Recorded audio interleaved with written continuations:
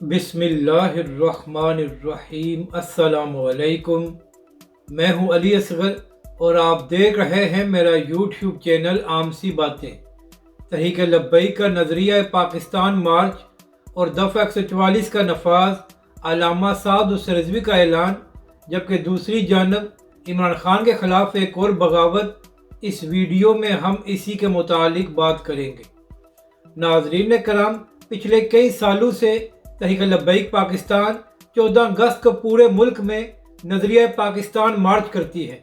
और नाज़रीन कराम, इस मार्च का मकसद ये होता है कि पाकिस्तानी अवाम को बताया जाए कि पाकिस्तान कितनी कुर्बानियाँ देकर बनाया गया था और पाकिस्तान का नज़रिया क्या है। तो इसी हवाले से इस साल भी तहरीक लब्बैक पाकिस्तान और अल्लामा साद उस रिजवी ने यह ऐलान किया हुआ है कि कल 14 अगस्त को पूरे मुल्क में नज़रिया पाकिस्तान मार्च होगी। और नाज़रीन कराम, जो तहरीक लब्बैक पाकिस्तान का मरकज़ी प्रोग्राम होगा वो लाहौर में होगा, जो दाता दरबार से शुरू होकर अल्लामा खादिम उस रिजवी अलैहिर्रहमा के मज़ार पर ख़त्म होगा।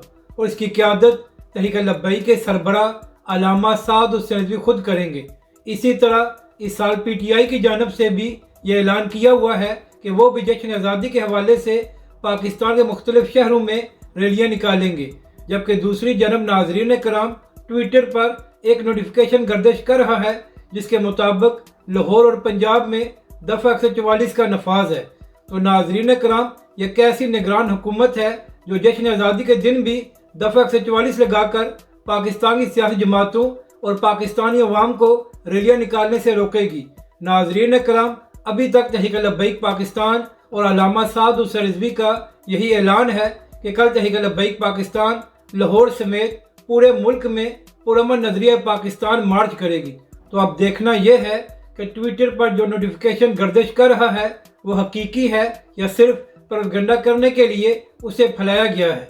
जबकि दूसरी जानब नाज़रीन कराम, आप जानते हैं कि 9 मई के बाद बहुत से लोग PTI और इमरान खान का साथ छोड़ गए हैं। यहाँ तक फवाद चौधरी जैसे लोग जो 4 साल वजारतों के मज़े लेते रहे वो भी भाग चुके हैं। तो नाज़रीन कराम, इसी हवाले से एक और ख़बर सामने आई है और साबिक़ कौमी असम्बली के मेंबर ने भी PTI और इमरान खान का साथ छोड़ने का ऐलान कर दिया है।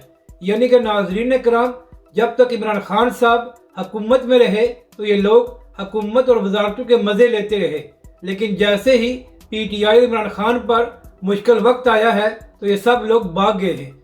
जबकि दूसरी जानब जब अल्लामा साद उस रिजवी 8 महीने के लिए जेल में गए थे और तहरीक लब्बैक पाकिस्तान पर पाबंदी लगाई गई थी, तो उस वक्त तहरीक लब्बैक के लोग और कायदीन ना ही अल्लामा साद उस रिजवी और ना ही तहरीक लब्बैक पाकिस्तान का साथ छोड़ रहे थे।